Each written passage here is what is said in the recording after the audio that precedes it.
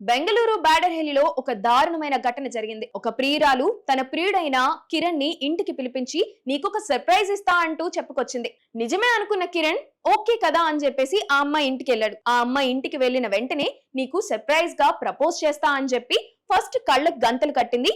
ఆ తర్వాత చేతులు కాళ్ళు కట్టేసి అలా కుర్చీలో కూర్చోపెట్టింది. ఆ తర్వాత జరిగింది చూస్తే నిజంగా అందరూ నిర్గంతపోతారు. నిజానికి ఆమె చెప్పిన స్టోరీకి జరిగిన స్టోరీకి పొంతనే ఉండదు. ఇందులో ఆ యువతి పోలీసులకు చెప్పిన కథ ప్రకారం చూసుకున్నట్లయితే కిరణ్ ముందుగా ఇంటికి వచ్చాడని, ప్రేమించకపోతే ఒంటికి నిప్పంటించుకొని పెట్రోల్ పోసుకొని మరీ నిప్పంటించుకుంటాడని ఆమె చెప్పుకొచ్చింది. కానీ నిజానికి అప్పటి వరకు ఆమె చెప్పిన స్టోరీ విన్న పోలీసులు సీసీటీవీ ఫుటేజ్ ని చెక్ చేశారు.